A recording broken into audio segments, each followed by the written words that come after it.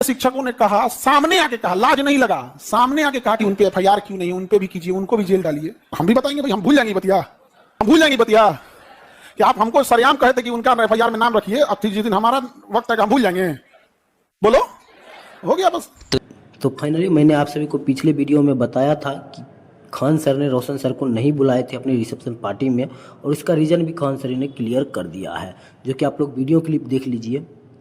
और मैं आपसे बता दूं कि इस वीडियो क्लिप में साफ इस बात को क्लियर किया जाता है खान सर के द्वारा कि वो क्यों नहीं बुलाए। मैं आप सभी को बता दूं कि अभी पीछे एक यूपीएससी का जब विवाद चल रहा था, तो कुछ टीचर थे जो कि खान सर के ऊपर एफआईआर दर्ज किए, उनको जेल में डालने की मांग भी कर रहे थे बिहार सरकार से।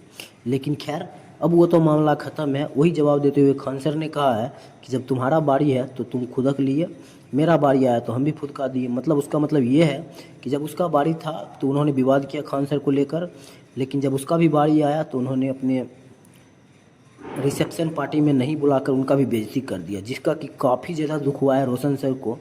तो रोशन सर और खान सर के बारे में आप क्या बोलते हैं, अपना राय कमेंट बॉक्स में ज़रूर दीजिएगा। और आप दोनों में से किस शिक्षक को ज़्यादा मानते हैं, ये भी एक बार कमेंट बॉक्स में ज़रूर बता दीजिएगा। मिलते हैं किसी अगले अपडेट के साथ, तब तक के लिए बाय।